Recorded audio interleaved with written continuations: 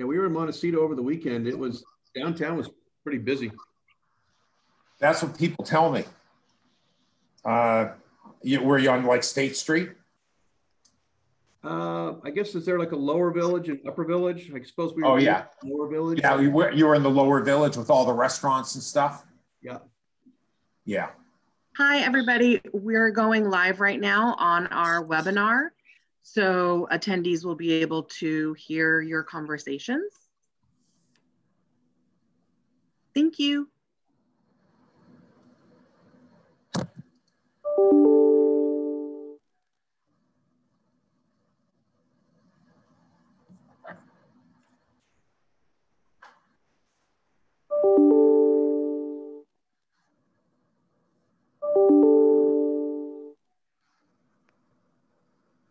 Is that me making all that noise?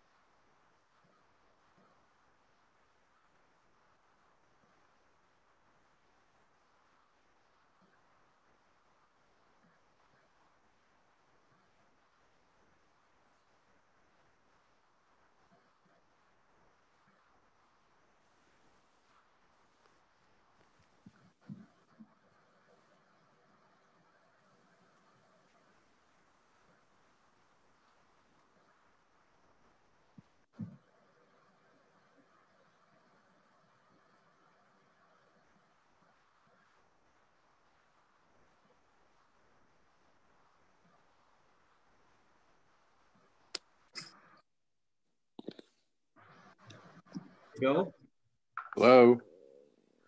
Hey there.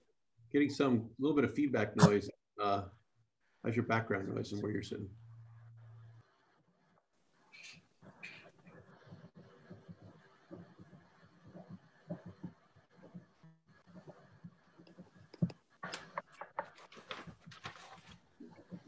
Bill, will you just mute for one moment? Yeah. Morning, Bill.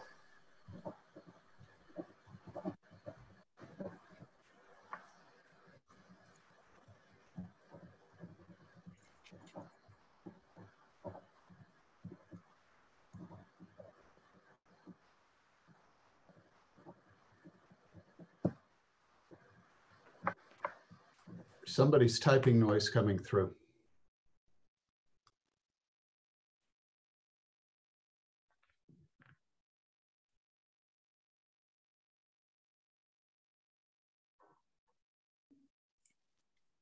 Now it's nice and quiet.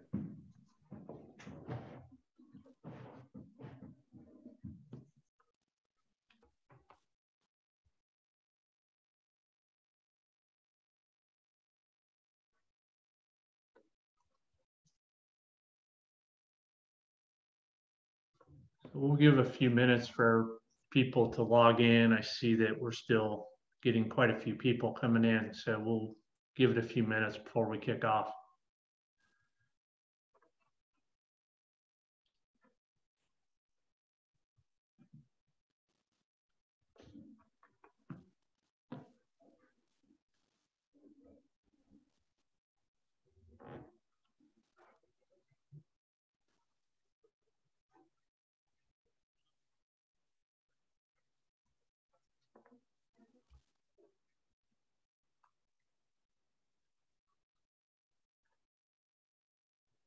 While we're waiting, a question for you. What would make this a successful presentation, successful hour?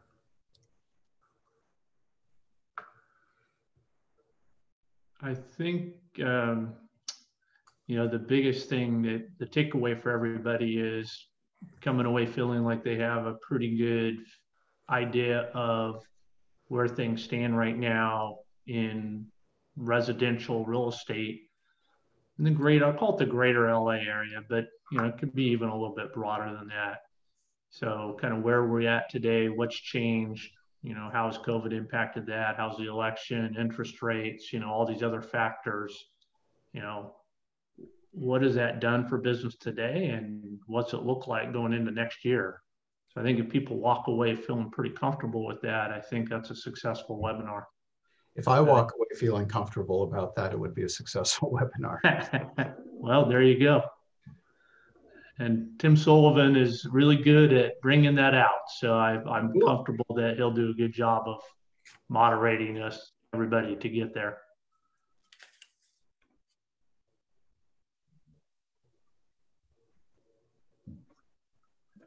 So it looks like we still have people. I'm just watching. Seems like people are still coming in. So I'm going to give it a couple more minutes.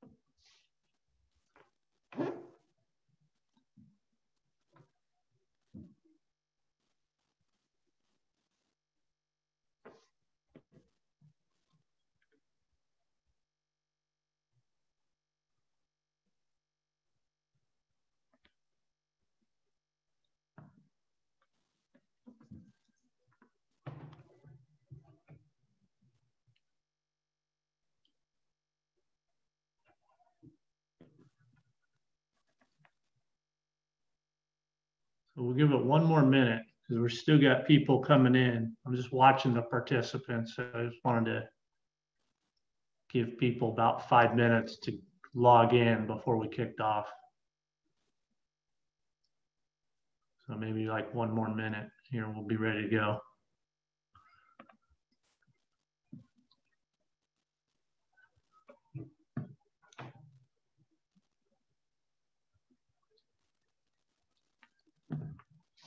Okay, so why don't we get started? Jennifer, if you could start us off. So I did want to recognize everybody, welcome everybody to the State of LA Residential Real Estate webinar hosted by Homemade.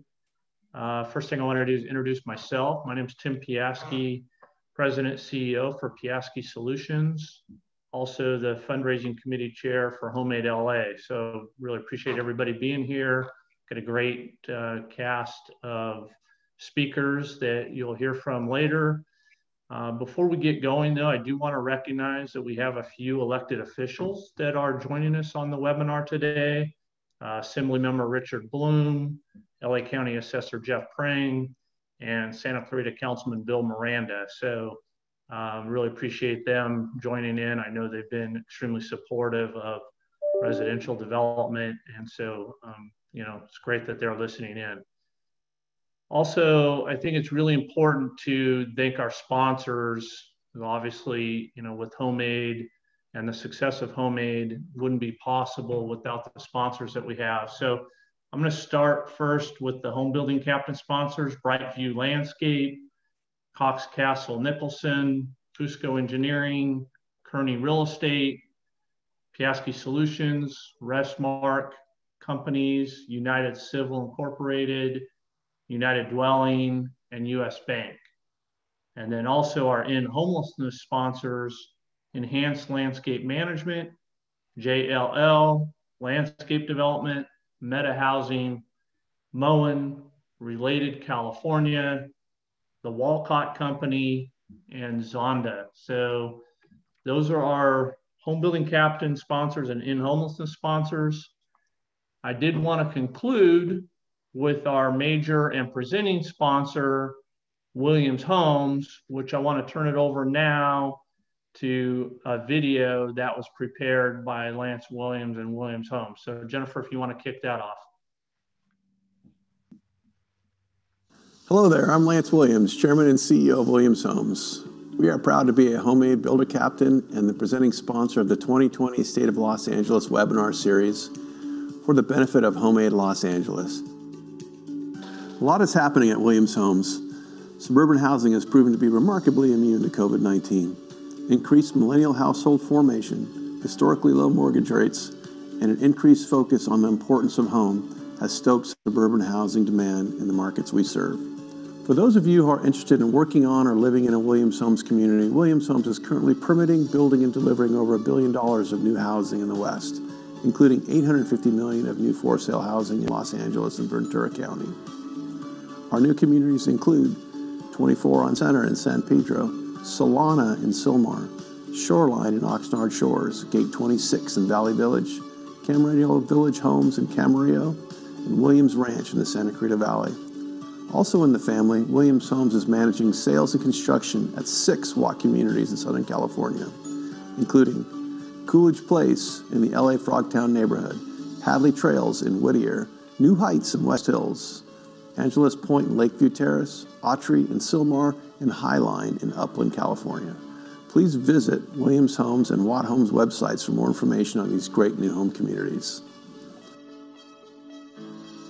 Now, let's take a closer look at Williams Ranch. Located in our hometown of Santa Clarita, Williams Homes is a 500-home project set up on over 400 acres, offering large lots and a broad range of new home product.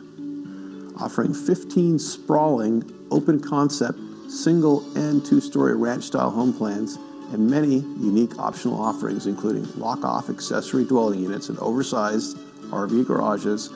Homeowners at Williams Ranch will enjoy sweeping views of the valley, common citrus and pomegranate orchards, vineyards, large public and private parks, a state-of-the-art clubhouse and gathering center, and miles of pedestrian and equestrian trails. For 25 years, the Williams Homes family has been building homes for families in Los Angeles, and we will continue to build homes for families for the next 25 years as we expand from California into Montana, Idaho, and Texas, and the rest of the West, where our technologically advanced, energy efficient, high quality, attainably priced new housing meets with a high quality Western outdoor lifestyle. On behalf of the entire team at Williams Homes, I want to thank all the Homemade sponsors and volunteers who are building to make a difference in Los Angeles. Williams Homes, in partnership with Homemade Los Angeles, Family Promise of the Santa Clarita Valley, the City of Santa Clarita, the County of Los Angeles, and with the generous support of our trade partners, WHA Architects, CCAN Engineering, RMA Geoscience, Landscape Development, and Choice Drilling are proceeding with our first ground-up build project, the Santa Cruz Valley Family Promise House.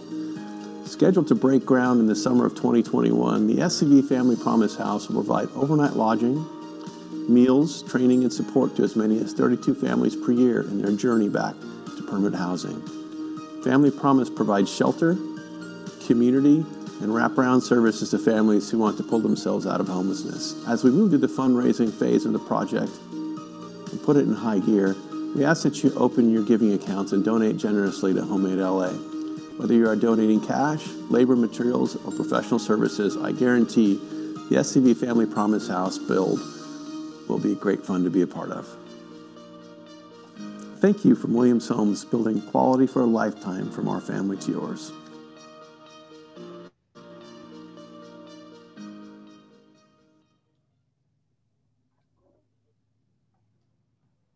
Great. Well, thanks, Lance and Williams Homes. Really appreciate all their support for Homemade. What I'd like to do now is turn it over to Tim Sullivan from Meyers Research as the moderator of the panel, so he can take it from here and introduce his panelists. Tim? Thank you, Tim. Appreciate it very much. And Lancelot, thank you for that video. Thanks for stepping up, buddy. Appreciate that. I know that you and your team are very serious about helping what's going on. And Lance, I want you closer to the camera. I want to see your handsome face. I want to see the color of your eyes. Bill, I think you're doing okay. We got you centered. All right.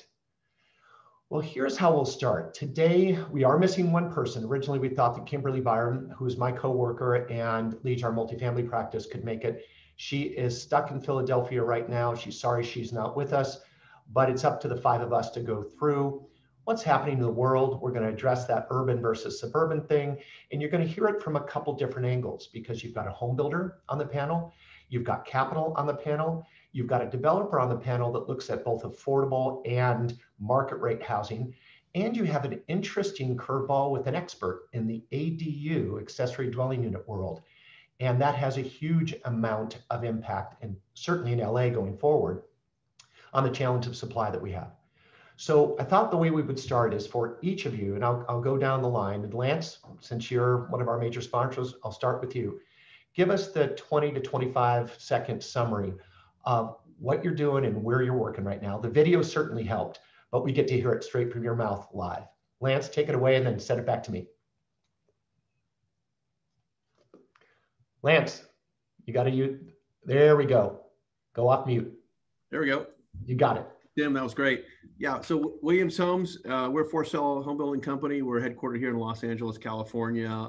We build entry-level, move up, and a little bit of luxury housing throughout California, Montana, Idaho, and most recently we entered into the Texas markets. And as you heard in the video, we're looking to expand in additional markets. So that's what we do, and we've been doing it for about 25 years, and we expect we'll continue to do it for the next 25 years. Right on, Lance. And I've known you for quite a long time. You are one of the few privately held builders that's still out there. And what's been impressive is the way that you've expanded the last couple of years. I think you've kind of ridden the wave for home building. So continue that on, and good luck with the expansion. And it looks like it's going beautifully. Rob, let me come your way, and make sure you're off mute now, Rob. And tell us a little bit about Resmark and the wide variety of things that you guys are doing.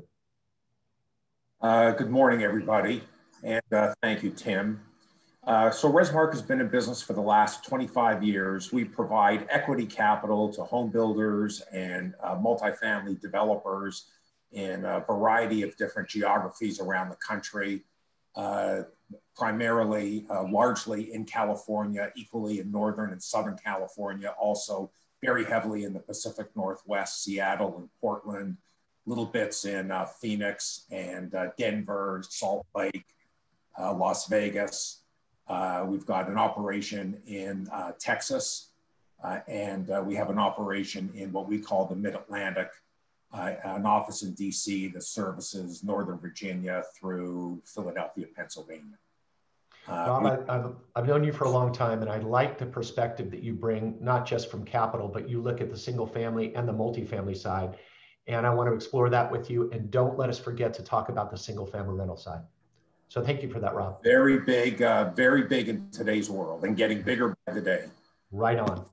And Bill, making sure that you're off mute. Bill Witte, if you would, tell us a little bit about what you've been doing and related, please. So we've been in operation for 31 years. Our financial partner is the Related Companies of New York. We have two divisions, an affordable housing division that develops affordable housing really all over the state. We have projects ranging from San Diego to Sonoma County and Lake Tahoe and San Francisco and LA. And then we have a market rate and mixed income division that is developing a lot of luxury, multifamily rental and mixed income housing, some condominiums in San Francisco, Silicon Valley, LA, Santa Monica, and more recently in Orange County. And lastly, we also, with our New York partners, have two very large mixed-use master developments. The first in LA, the Grand Avenue project on Bunker Hill, and a 240-acre redevelopment of a public golf course in Santa Clara, California, in Silicon Valley. Right on. And I hope everybody picked up on the fact, and this is something every time I talk to you, I learn more about what you guys do, but the market rate, mixed use, and even the affordable element you guys are involved in. And I think that's an important part of the conversation today, what we need to do more of. And Stephen, take your mute off. Perfect. Last but not least, Stephen, make sure and give everybody the perspective of where you came from and where you are now, because you've got a very unique story. Stephen. Yeah, so I was a venture capitalist for 32 years and started a firm that became quite large. In 2016, I decided I wanted to do something different and didn't really know what, but I learned what ADUs were. And what struck me was it was an interesting effort to address the affordable housing challenges in California that couldn't work. And the reason that it couldn't work is that in low and middle income communities, which is where the affordable housing needs to be, there'd be very few homeowners who actually had the inclination to build, the access to capital to build, or the property management capacity to be comfortable doing it. And certainly a large problem the state faces. And if you can identify the discrete elements of challenge, they should be addressable. So we started digging into it, and doing that required changing a bunch of rules. Some of the language in AB 68 we participated in the drafting of, which is a rule that lets existing, for us, what's relevant is it lets an existing detached garage be torn down and replaced by right with a small home. And basically, the way we approach things is that affordable housing is actually really easy. It only needs three things: inexpensive land, inexpensive construction, and capital. And the ADU rules free up an extraordinary swath of inexpensive land. There's 750,000 parcels in LA County that can accommodate an ADU. And these are parcels of land that are in fully built out neighborhoods with all the infrastructure in place. And what we learned in speaking with homeowners that where they have detached garages, which we think is the easiest thing to substitute, we tear it down and replace it. You can't convert a 70-year-old garage into a habitable structure. But it's the easiest thing for a homeowner to get their head around. And what we found is 91% of those garages actually are used to store junk. It's where you put the old lawnmower, the broken jacuzzi tub, the stuff that's too big and bulky to actually put in the garbage can, sits there for years. So it's a horrible use of really good real estate that could be somebody's home. And then United Dwelling basically makes everything really simple for the homeowner, makes it turnkey. So we start by giving a buying experience that's like buying any other retail item. We have a fixed price. We bear all risk on site improvements. We go to the homeowner, we do an inspection, and subject to inspection, the price we have is the price, and we won't adjust it. If the inspection shows that there's just too many problems, we tell the homeowner we can't do it. But usually we can. So it starts with a fixed price experience. We come in, do all the work, and then most of our homeowners ask that we manage the property following completion of the unit. So we're the property manager, and we do that very differently than most as well. We set the price for the unit. We price everything, and we let the homeowner know this going in. Everything we do prices at 26 to 30% of AMI. So it all is affordable. I'll use lower A affordable, not capital, because we do not file anything with the county assessor saying that we'll preserve those rents, but by policy, it's what we do because we've been able to build inexpensively. We bear risk on maintenance since we built the unit and we're managing it. We bear that risk, and that's built in the property management fee. And then somewhat uniquely, we also bear occupancy risk because our homeowners are not in a place, or they're very fearful of what happens if a water heater breaks and a surprise $1,000 bill. So since we've built and we manage the units, our property management fee includes basically our building reserves to do all the maintenance. So there would never be an instance where the homeowner gets a surprise bill. And that extends all the way to, because they have incurred debt in many cases to build the unit, we provide an occupancy guarantee as well. So we will make a payment that's enough to cover the incremental debt service the homeowner has, even if the unit's vacant, and then we recoup that later over time. So we make this as simple as possible from the homeowner's perspective. And Stephen, let me ask you a couple follow-up questions on that. And as you know, my background is market research. I'm looking at markets all the time, trying to figure out what product to build, how to price it correctly. You said something that's fascinating. 750,000 parcels in LA County could qualify for this type of work, for this type of ADU. Did I hear that right? That's correct. And let's go deeper. And you said 91% of the garages store junk.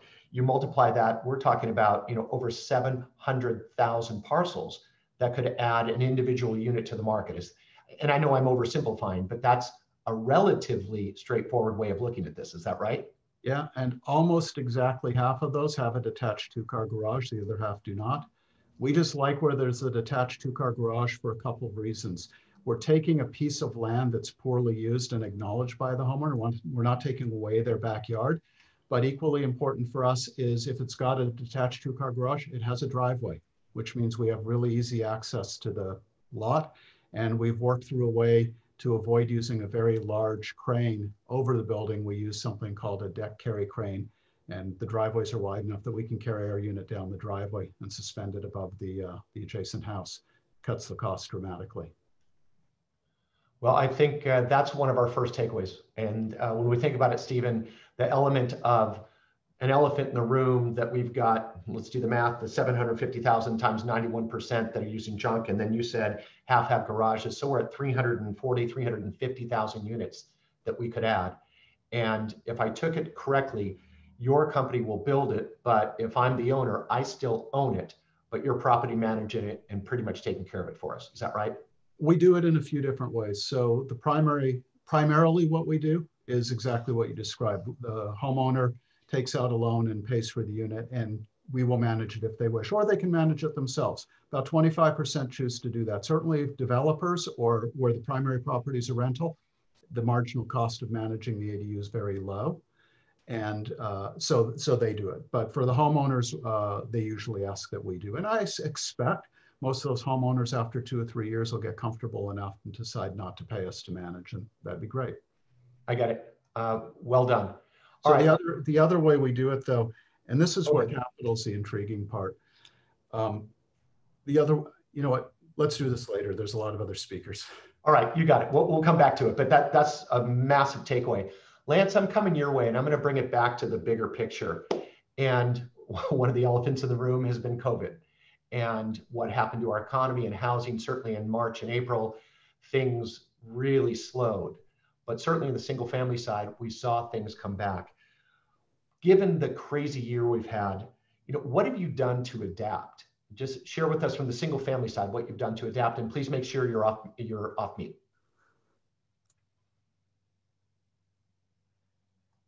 Myself. Very good. Thanks. There we go. I'm with you.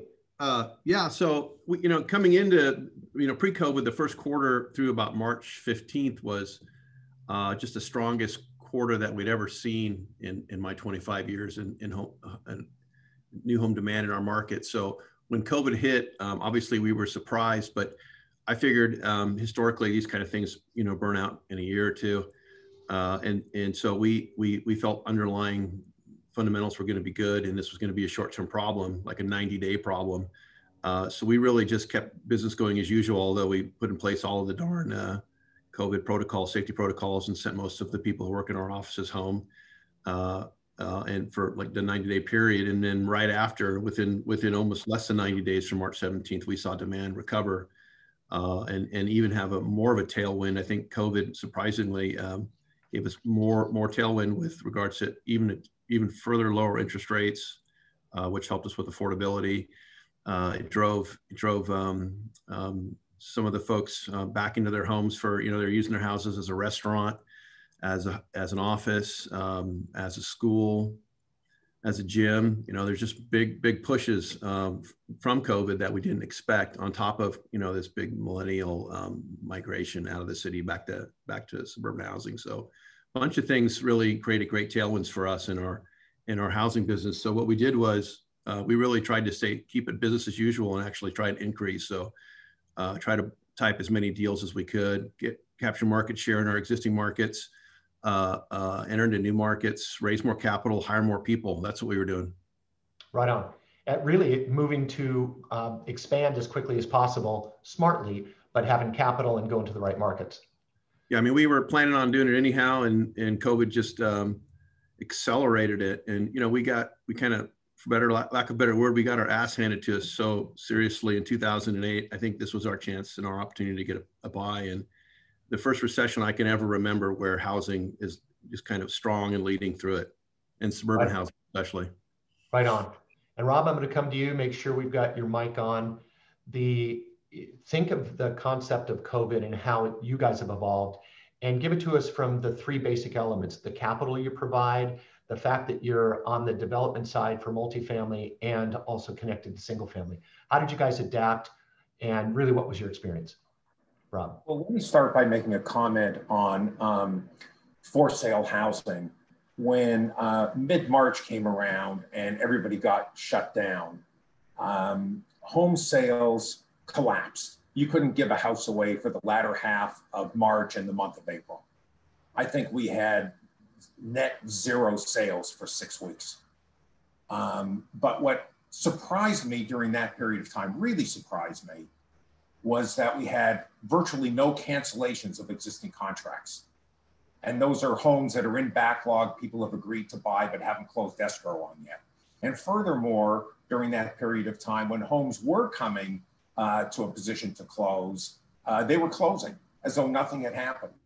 And that was far different than what we saw in for sale housing in the previous recession, the previous downturn. So I was really quite pleasantly surprised that while we couldn't sell houses for that month and a half, that we weren't losing contracts, and nor were we losing closings. I thought that was a very good, optimistic sign. Starting about the beginning of May, that went down pretty radically and pretty quickly, and every month subsequent to May has just gotten better and better. So the for sale housing business has been terrific for the last 6 months. A lot of it has to do with some movement out of higher density attached into more detached or low density attached. A lot of it has to do with a move from urban cores out to more suburban locations, all of which is driven by COVID. To me, that's probably temporary. That's what I wanted to ask you. Suburban versus urban, you do think we're going to have a snap back to urban? I do. I absolutely do. Good.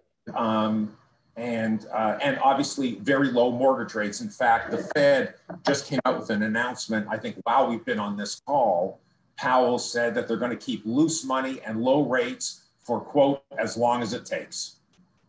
And, I'm with you. And so I think that we're in for a continuation of very, very low interest rates for some period of time, which is very good for sale housing. On the multifamily side, it's been more challenging. And while we have in our small portfolio of existing apartment buildings, because primarily we're in a merchant build business, we build them, stabilize them, and sell them. We do have a small number that we still own. And we're running about 93% occupancy. We're collecting about 95 cents on the dollar from those 93. So that's probably effective 88, 89 cents on the dollar. But I have to tell you, from a rent collection perspective, that's a 30-day-a-month job now. You don't just sit there and wait for people to come down with their rent checks on the 3rd or 4th of the month. We're working that every single day. As a matter of fact, Tim, I get a report, which I never did previously. I get a report every single day at 6 o'clock telling me how we did that day on rent collections. And I get that every day of the month. So that's been much more challenging. That makes total sense. Bill and Stephen, I'm going to come your way on the suburban versus urban take. And Bill, you guys work in both. I would love your take about this outflow we've seen from urbanity. Is it coming back? What's your take? Well, I would generally agree with Rob that it's coming back, but it may come back in a slightly different form. Let me give you some examples. We have 1,300 units in various stages of lease up in San Francisco, all in, what would be considered prime locations. In San Francisco, the rents of new luxury product have dropped 20 to 30% from their high, say, a year ago. And it's not rocket science. In a tech-dominated economy where most of the major employers have said, for now, employees can or even should work from home, there's been this huge outflow of high earners who are renters. They haven't necessarily moved to the suburbs. Maybe they moved home, maybe they've moved somewhere else for a while. Whether it's a vaccine or something else, when the signal is given to return, and I believe this will happen, I see it in our own company, to the urban offices, I think that's going to change. But when there's no new renters, basically you're just moving the deck chairs around. There's no net new job growth in the urban core right now. It's not surprising that we're seeing what we're seeing. Having said that, we've noticed that in West LA, Venice, Santa Monica, that area, the rental market has been hit less hard. And I think some of it is it's closer to the beach, it's more open. Downtown LA has been hit a lot harder, for example. So you have to look at submarkets, not just urban and suburban. We are embarking on what would be our first major, if you want to call it suburban luxury product, the redevelopment of a 42-acre shopping center site adjacent to South Coast Plaza on the Costa Mesa Santa Ana border. It's in entitlements now. And so our strategy has been to work on entitling projects on which we have options where we don't have to buy land that would be built and open well after the effects of the pandemic have abated. And then finally, we are very active in Santa Clara and Silicon Valley, which is technically suburban, but it reads more urban than suburban. So I think some of these trends need to be looked at more in terms of the specific submarkets and not necessarily whether it's the central city or the suburbs. But the last point will be, there's no question that the major knowledge economy cities, San Francisco, Seattle, New York, Boston, have been hit the hardest relative to where they were. Right on. Bill, 2 follow-ups. One is that I've got 2 future renters that are living at my house because of COVID. One's 23, fully employed, one's in college and doing it from home. So stay in touch. I've got 2 renters for you as soon as we can kick this thing. But you also made a reference to the entitlement of projects expected to be after the pandemic. Give us your take, and this is just a guesstimate at this stage, when the pandemic starts to lessen. I know we've seen infection rates go up, but when you guys are planning, how far down the road do you think it's clear? Well, if I knew the precise answer to that question, we'd be doing really well. I think realistically, if you assume that sometime in mid to late 2021, things begin to abate, there's a vaccine, people start going back to offices, then it would be sometime in 2022 when we begin to get back to normal. The question then would be, if for projects that don't open until 23 or 24, on paper, the demographics are still good for renters, just as they are for aging millennials to become homeowners, a trend that I think has been not created, but hastened by the pandemic. So that's kind of the way we look at it timing-wise. And you can't really game the system. It kind of is what it is in that regard. Right on. Thank you for that. And Steve, I want to come your way. Thinking about the core of LA and the fact that you're there and the product you're building, give us your take about the future of whether the suburban movement outward snaps back, it comes back partially, and tie into that what you're observing on the work from home front. Go ahead, Steve. I'm not sure I'm answering your question, but our environment is simply different. So the first difference is we're building homes in the center areas of the city, not downtown center areas, but in fully built out neighborhoods. The second is that we're building homes that are quite affordable, both the construction cost and the rental. So our tenant just tends to be very different. In fact, each of our tenants, we're not a big company yet. Each of our tenants are an individual who is working full time, typically in a service job, a nurse at Cedars-Sinai, a teacher, EMT at a fire station, and they live very far away. We have one teacher who was commuting from Lancaster to central LA, and what she really did is drive in and sleep in her car 4 nights a week and then go back because it was such a long drive, or the EMT coming in literally from Indio to central LA. So what we provide is an opportunity for housing that's close to where they work, and those are tenants that our homeowners really like to have as their tenants. So we look for that match. Most of our tenants are people who, in fact, so far, almost all, are people who were previously making very, very long commutes, over an hour, and are moving close to where they work.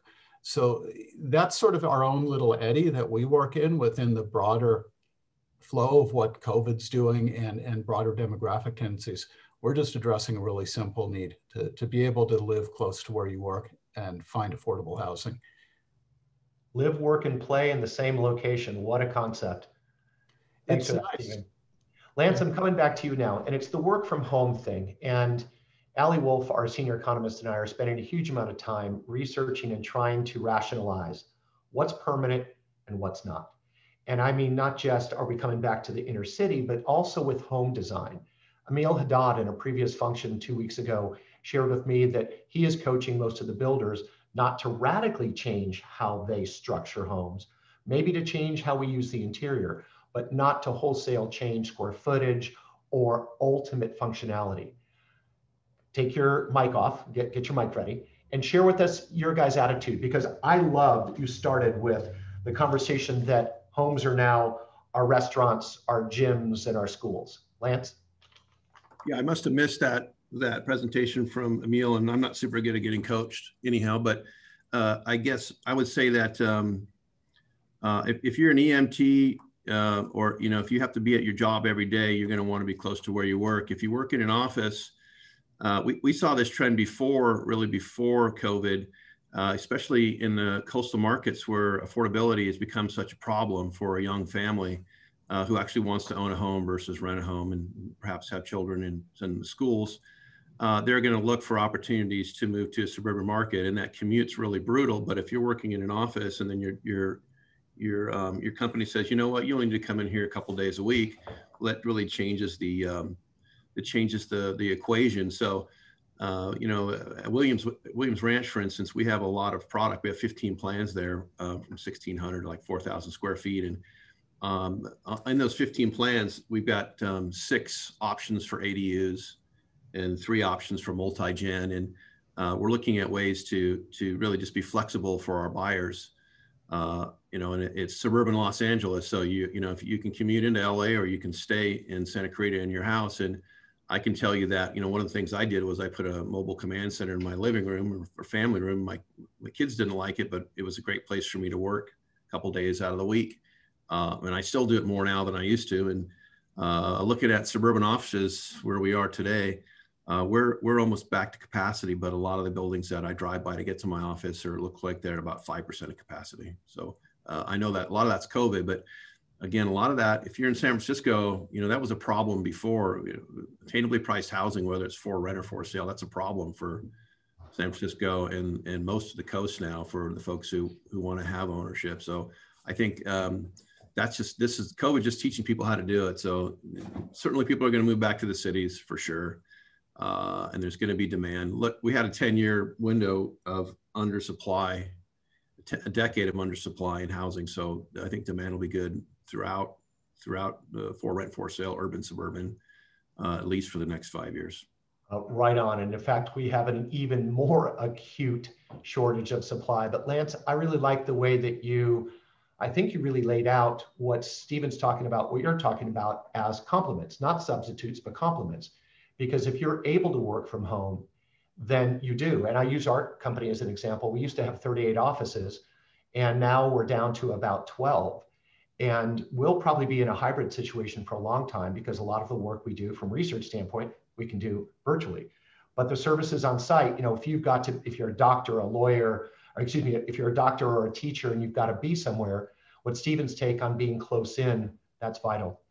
Rob, I want to connect this to you now. And this is now shifting, thinking about our buyers and renters, but thinking about the shifting demographics that we're seeing. And you heard Bill talk about how the demographic movement of the millennial is going to continue. How is it impacting the for sale and the rental side that you see?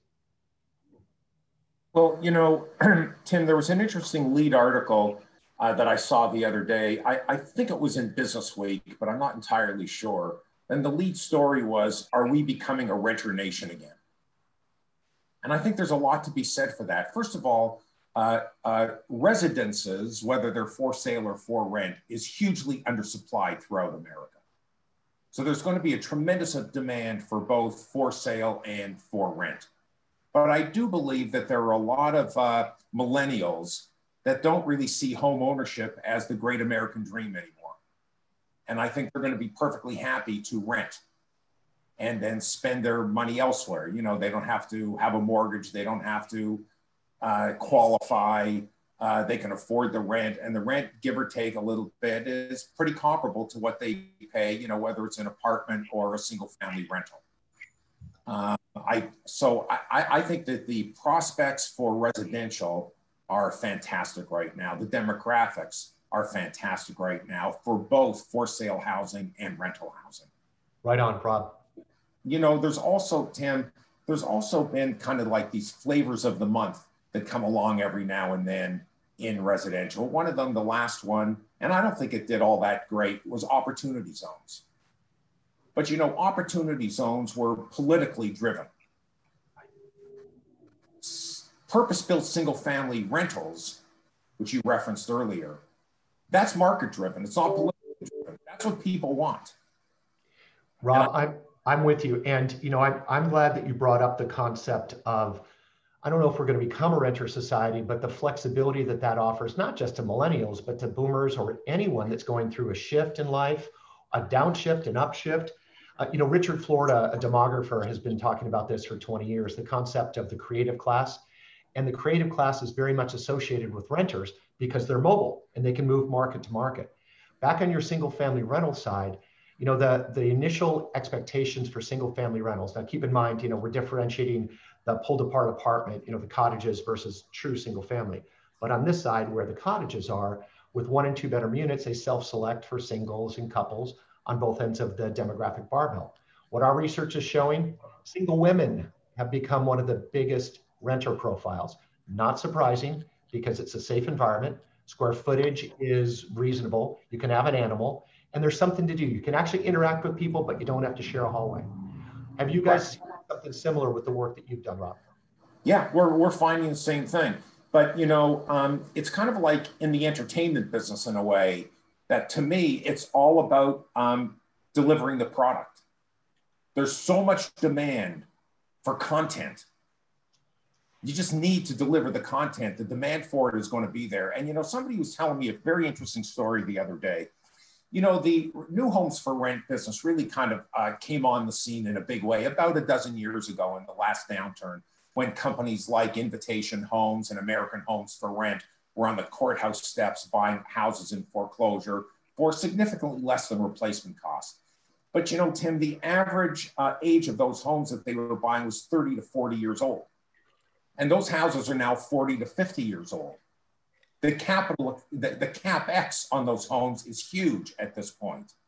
And those homes, because they're old, also tended to have an older demographic renter. And so what American Homes for Rent and Invitation Homes are doing right now is they're actually looking to sell off a ton of that inventory and replace it with new inventory where they have much less CapEx, brand new product, and a younger renter base. And so the demand for new single family rentals, purpose built, is it's going to be a game changer. I'm with you. And I think there's an element where we can define the current supply in most markets because it's product that's coming out of the ground or already out of the ground. I think demand is fungible, and I think we're going to see a shift that demand increases in most markets. Lance, I'm going to come to you, and then Stephen, I'm going to come to you. Just one last thing I wanted to say, Tim, I'm sorry.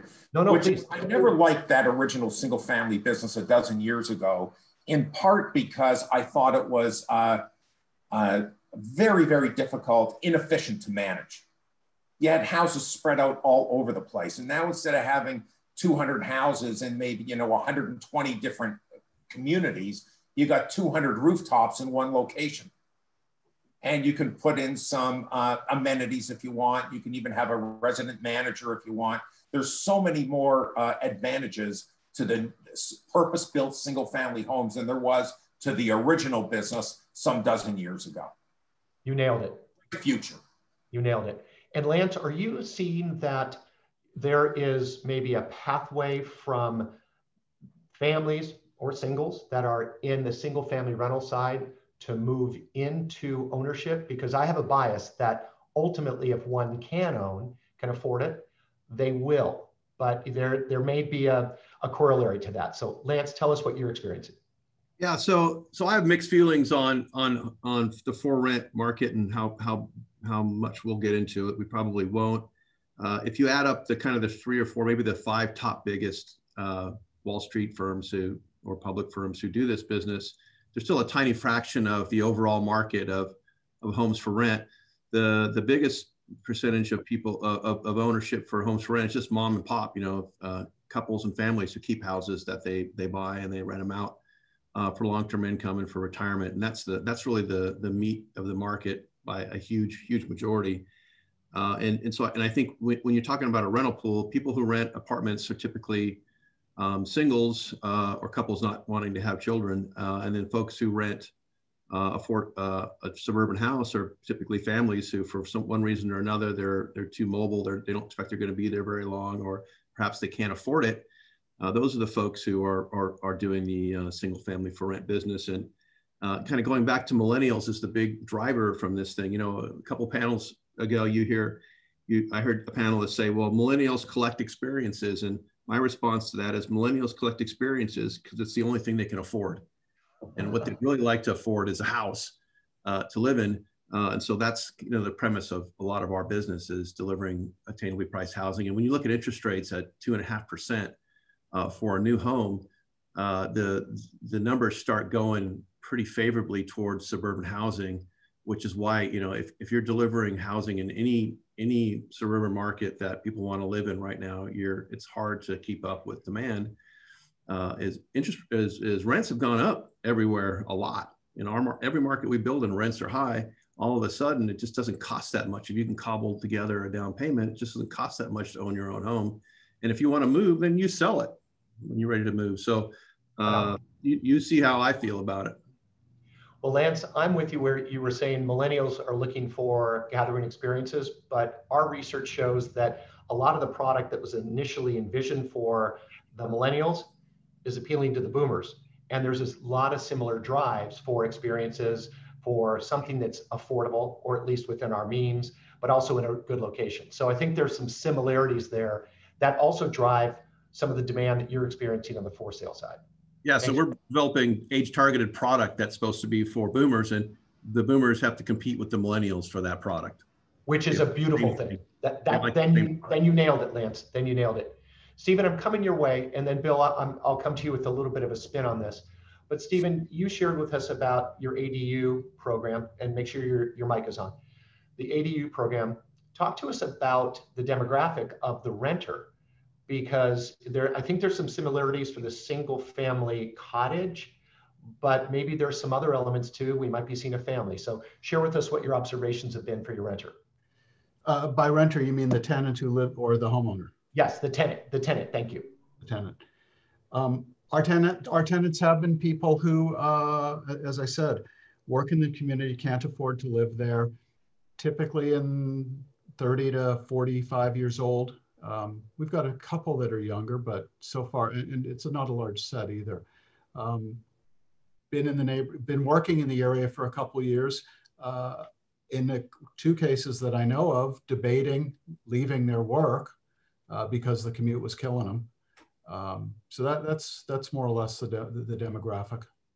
Got it. Very much of the working class, and the age profile is consistent there. You're not seeing move down or retirement elements, more workers.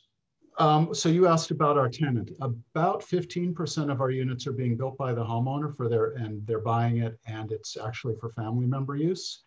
And a few of those, I would guess maybe 20 or so % of those, the homeowner is intending to move into the ADU. And in one case that I know of, rent the main house. In the other cases, their children are going to go with their grandchildren, live in the main house.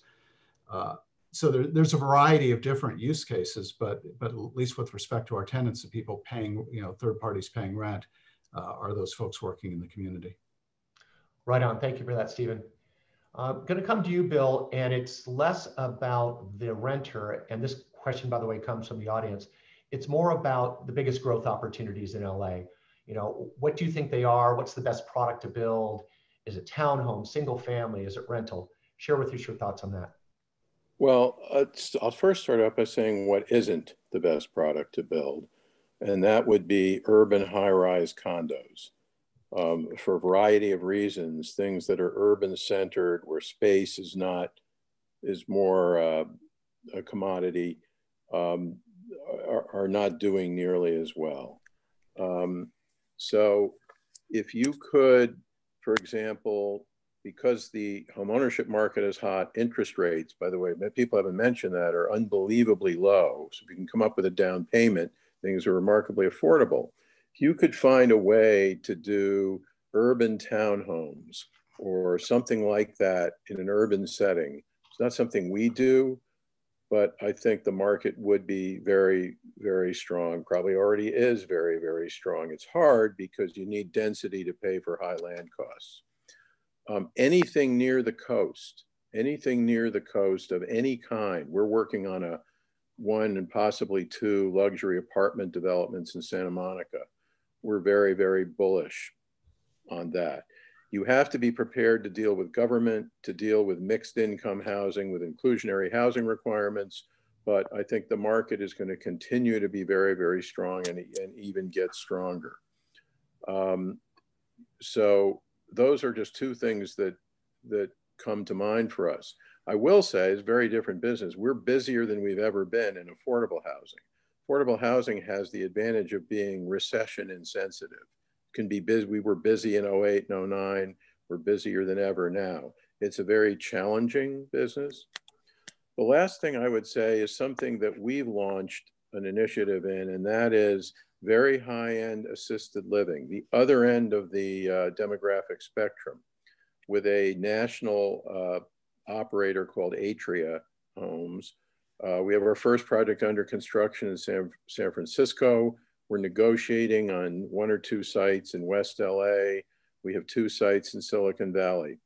Same locational trophy location characteristic as luxury rental housing, but obviously a very different market. Right on. And Bill, just as a cornerstone, my mom lived in an Atria for about 3 years. It was a beautifully run setup. The units were nice. The service was terrific. So I had a good personal experience with it. Good. I'm going to use you in our advertising. Do it. I'm there for free. Rob, I'm going to come to you with a question from the audience, but I'm going to restate it. And I'm an Angelino. I grew up in the San Fernando Valley. I went to high school in Los Angeles, but now I live in San Diego. I love LA. I get LA. Almost my whole family's gone to college in LA. And the question has to do with, are we alarmed by the departure of talent from California, higher taxes, sometimes hostile or demonizing approaches to business, homelessness, social unrest? I mean, we can go on. And I'm going to go across the board, guys. So make these relatively quick, but I'd like your take on what you're thinking about, if you're worried, and maybe if you've got some ideas about solutions, and certainly homemade is one. Rob? Yeah, I'm concerned, Tim, about such high taxes in California. I definitely believe that has driven and continues to drive an awful lot of people to places like Texas, Nevada, Washington, other states which have very nice lifestyle and don't have state taxes, Florida and a couple of others. I just think that is a drain from our state. And I think that with the incoming new administration, there's a very high probability that taxes are going to go up again. I think there were some propositions on the ballot in November that were handily defeated, that I think showed that the state of California is a little bit more conservative than most people think. California is painted as being this ultra-liberal state, but I think based on the vote that we saw, it's not quite as liberal as people thought. There's a little bit more conservatism here than people had anticipated in the past. So, you know, the people that are moving in the state are wealthier people. The people that are moving out of the state are people of lesser means. That creates all kinds of problems of its own in the future. So I think that taxation in California is one of our biggest challenges. Appreciate that. Lance, I'm coming your way. Make sure your mic is ready. What are your thoughts, Lance? Yeah, so urban LA, the LA basin, very difficult for us to build in. Primarily it's regulation. The city of LA used to be a very builder-friendly place. If you're trying to build for sale suburban housing in the LA basin, Triple J basically cut our arms off. So we have to try and build with just our legs now. And trying to find a deal that pencils where we can deliver housing under $1 million in the basin in the city of LA. You know, we hired a guy specifically to focus on that, and that's his expertise. And last week he came to me and said, "Hey, can I look at Boise?" For instance. So it's a real challenge. But we're not giving up. But suburban Los Angeles, you know, still radically overregulated, but we're finding ways to deliver housing that's attainable for families. And you know, it's regulation primarily, even more than taxes. The city of LA, they should just rezone everything. If you have any land, no matter what it's zoned, it should be by right for residential housing, and that's the only way they're going to get any houses built. Because otherwise, it's a mess. Thank you, Bill. Coming your way. Make sure we've got your mic going. So I would add somewhat different slant to what Rob said. California has long been suspicious of taxes that just go into the general fund, which Prop 15 would have done. However, cities individually passed a whole array of tax measures, school bond measures, et cetera, where there was a specific use targeted for the tax. I'm not saying they were good or bad, but the public employee unions have been driving most of these measures. And I think there's going to continue to be resistance at the state level to these broad tax measures. And it's interesting, what I will be watching is what the state legislature does now. Governor Newsom said, and as he endorsed Prop 15, that he's endorsing Prop 15, but he would not sign any of the wealth tax measures that were being talked about in the legislature should they reach his desk. What will the legislature do now on taxes? Because in general, I agree with Rob on that matter. But the second thing to note is that even though they turned down Prop 15 and for the second year in a row, the rent control measure, Prop 21, most of the big cities at the city council election level became much more progressive. A good example is LA, where Council Member David Ryu, who is arguably one of the two most progressive members of the council now, lost to an even more progressive challenger. And cities that were involved in Santa Ana, LA, San Francisco, Santa Clara, all went more progressive. What will these councils do, even Santa Monica, even as cities' budgets have been hit by COVID and the reduction in sales taxes, TOT, et cetera? So the question will be, will it become even more anti-business and ultimately harder to develop? Or will budget realities force elected officials to become more suspect of these measures? We don't know the answer, and that will say a lot about what the business climate's going to be like in the next couple of years. Appreciate that, Bill. And Stephen, coming your way, make sure your mic is on. Along the same realm, share with us maybe the good news, bad news for you as you look at LA County going forward. I think each of the panelists has been answering your question from the reference point of the experiences that they have. So I will do the same. Please. What I don't see are some of the items of the social justice issues that have come up impacting where our business is, predominantly because the demographic that we serve is typically at the wrong end of social justice challenges, and we're presenting opportunities for housing. What we see is actually our largest single challenge in the business is the financing of the ADUs. The ADU rules opened up land. We can build because we build consistently, and it's really more manufacturing. We can do that inexpensively. The challenge is the ability of a homeowner to finance, because at the end of the day, a homeowner in our communities who decides to build an ADU and add an additional unit of housing is basically making a bet. They're increasing their mortgage, putting their home at greater risk on the bet that they will have an ADU that'll provide housing and increased income to them. And it's difficult. That's a difficult bet for a lot of homeowners to place, and the availability of mortgage financing for them to do a cash out refi is limited. What we saw as an extraordinary opportunity was actually Senate Bill 1120, because it would let the homeowner split their parcel and sell off a bit of the land in the back where that garage is and let it be separately financeable. It also presented an opportunity for a new homeowner to come in and buy that relatively small parcel of land with a house on it. So you fixed a lot of problems. You provided a significant inflow of cash to a lower middle income homeowner that they would not otherwise have seen, which in almost all cases would have to have gone to reducing their mortgage. So a lot more stability for them. And you presented a very low cost housing solution that could have been a known solution. Hopefully that bill will come back again this year, but it would have made an extraordinary difference in our ability to build. Stephen, on another topic, I know from the audience we've had some questions about seeing some product of the ADUs. Can you give us a website to look at, your website or others, so people can follow up and look at the actual product? Yeah, certainly. The website is www.uniteddwelling.com. And if you go there, there's plenty of product to see. If I'm allowed to share my screen, I can quickly throw up a couple of pictures though.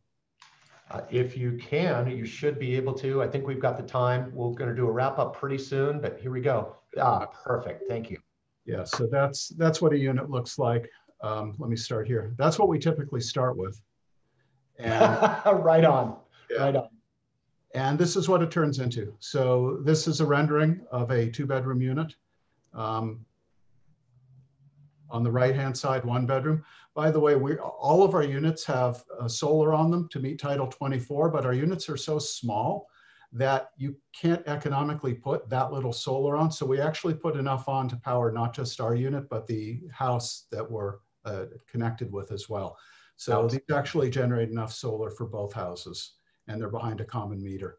And this is an actual unit that's been installed. This is a studio, so this is our smallest unit. Anyway, very cool product. Fantastic. I will release that. Is awesome. Thanks for that. Yep. All right. We've got a few minutes left, and there's a couple things I'd like to accomplish. The first one is to go across the board. It's a personal question, but it's really related to our industry. And my question for you is the biggest lesson you've learned in your career. And you can spin that related to COVID. You can spin that related to your teams. It can be personal. But all of you have such a wide diversity of skills and experiences. I would love to hear what those are. So Stephen, I ended with you, so I'll start with you. If you would, share with us the biggest lesson you've learned in your career.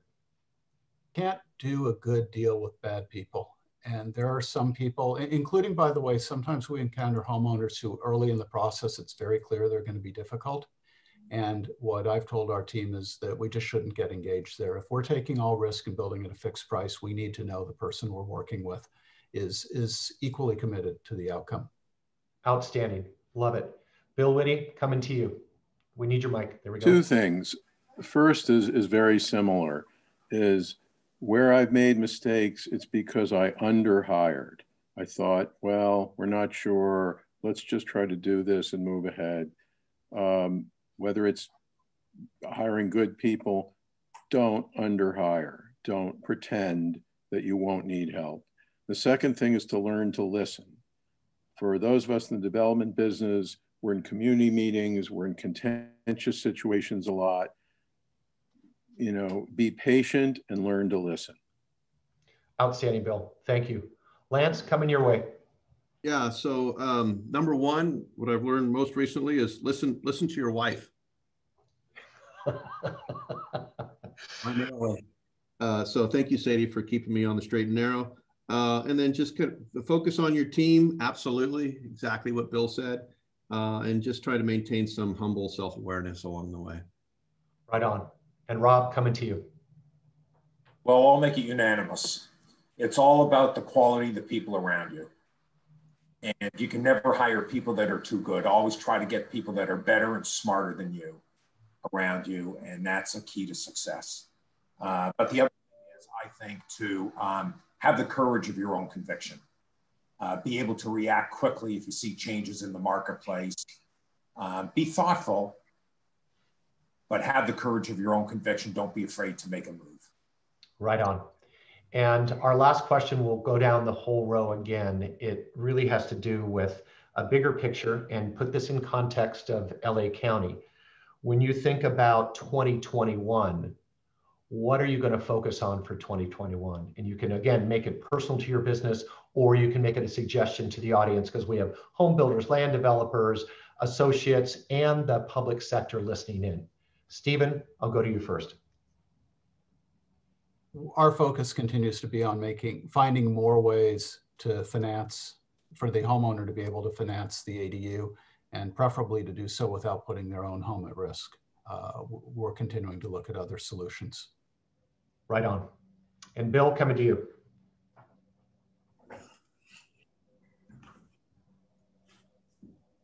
Here you go. Got you now. Wait, Bill. Bill, your mic's not on. There we go. Go again. How's that?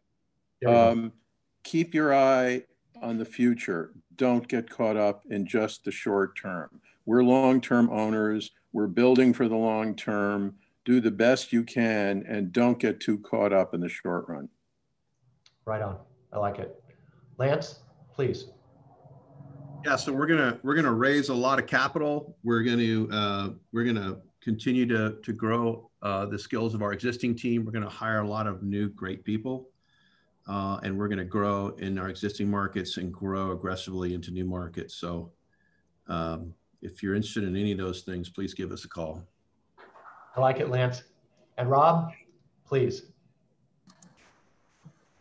Tim, actually, I don't remember ever being more optimistic or excited going into a new year as I am right now. And a large part of that is that our product offerings are growing tremendously, and I'm really excited about all of them. So we're doing purpose-built single-family rentals. We're doing model home sale leasebacks with public builders. We're doing large land joint ventures with public builders, land banking, our standard vertical joint venture business, multifamily development. So we just have such a wide array of products. I'm really enthused and excited about this new year. Right on, Rob. And for everyone that is with us today, thank you for listening in. There's a couple things I hope you took away. When we opened the conversation, you heard Stephen talking about the ADU opportunity, and he gave us a little bit of math, but he identified at least 750,000 parcels in LA that could work for this product. Now, about half of those have garages, the detached garages, but I'm just blown away, Stephen, by that opportunity. When we talked about how COVID hit us, basically the group was talking about how interest rates have helped. Not every asset class has been hit the same. Obviously, office is feeling more pain than single family detached. But ultimately, there's a consensus that urban versus suburban flight that we've seen, getting out of the urban areas and out to the suburbs, will abate to somewhat. Lance pointed out to us that there's a great deal of attention being paid to making better and more diverse housing in the suburbs, which I think works for buyers who don't have to commute in. And as he laid out, you know, the people that Stephen is helping, where they're working in hospitals or they're working as ambulance drivers, they need to be at their job. So being close to it's vital. But if you can work from home, then that concept of the suburbs is here to stay. Bill was talking about the submarkets. And Bill, thank you for mentioning that, because that's a quote I use often, because if somebody says, how's the LA market doing? Well, I'll even say beyond submarket, which neighborhood are you talking about? Because it makes such a difference. Stephen talked about that related to ADUs. Rob talked about that related to working with the single family rental side of the world, which doesn't happen a whole lot in LA because of land price, but also working with home builders. Stephen ultimately really zeroed in on the element of the ADUs working in mature neighborhoods and aligning with the job bases. And Rob, thank you for challenging us with the Renter Society concept. I think that flexibility, and there's my train, I think that flexibility is an important part of the new renters that are coming through, and they're not just young. Some look a lot like me. And Bill, when you were asked about what do you do in LA going forward, you were very adamant about saying be very, very careful about the high-rise condo, but you pointed out the urban townhome, anything near the coast, and affordable housing, even though it's difficult to do, is relatively recession-proof. As I shared with you guys and asked you the question about the challenges, state taxes, of course, urban LA, the regulation is brutal. And Lance, you said something very important. I wrote it down. It said, you can't do product in the LA basin under $1 million because of land cost and regulation and the time it takes to develop. I hope our public sector hears that, because if we get more housing other than ADUs, we're going to need to address that and address it through zoning. And then ultimately, when we're moving towards Stephen, thank you for bringing up the social justice element, because social justice to me connects very much with the availability of housing too. So thank you for making sure that that's on our radar screen. And then our lessons. It has to do with people. It has to do with communication. And Rob, you said it, the courage of our convictions. I'll close with what Rob said. I want to rephrase it. Rob said he's never been more optimistic. I want to put a little bit of a caution on the optimism that we've got demand that is through the roof, but for the for sale side, supply is relatively restricted. So we're going to have a real interesting push me, pull you over this next year. But I, for one, support that take that 2021 has an incredible depth of demand and fantastic opportunities. I leave it with what Bill said. This is a long-term investment, not just our careers, but our industry. We build housing for people's lives. Look at it that way. Think of it that way. And I think Rob and Lance and Bill and Stephen did a terrific job of highlighting that for us. So ladies and gentlemen, if you can, just give us the golf clap for the terrific crew we just had. And Tim Piaski, we'll turn it back to you. Great. Thanks, Tim. Great job with the moderating of the panel. Great job to the panelists. A fabulous discussion. I know I've been seeing comments come in from a bunch of the participants that they were very excited. Great information. Really appreciate it. Really appreciate all the support for Homemade as well. I will say for the participants that are on, if you haven't had a chance yet to help out Homemade with the donations, please do that. And if you do have a few minutes now, I do want to play a very short video showing you a little bit of what Homemade is doing as we conclude and wrap up. So hopefully you're able to pay attention to that. Appreciate it. And welcome to Los Angeles. People from all over the world come to live here, and for good reason. With our abundance of culture, our stunning blue oceans, mountains to hike, and our ever-changing dynamic views. But for some, the view's much different. Over 60,000 people are homeless in Los Angeles. 17,000 of those are children. Families with children are the fastest growing homeless population. It's shocking to think that 1 in 30 American children are homeless. It's also disturbing that 270,000 veterans sleep on the streets every night. And now the unthinkable. With 600,000 people unemployed due to COVID, the need for shelter is even greater. Homeless shelters provide amazing services to help these people get back on their feet. And that's where we come in.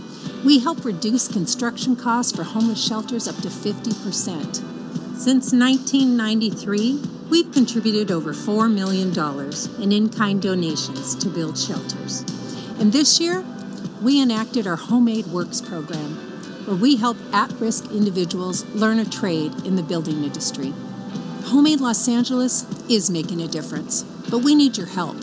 Please share this link with your friends and family and make whatever donation you can. We can make a better city. Please help us meet the need. Thank you.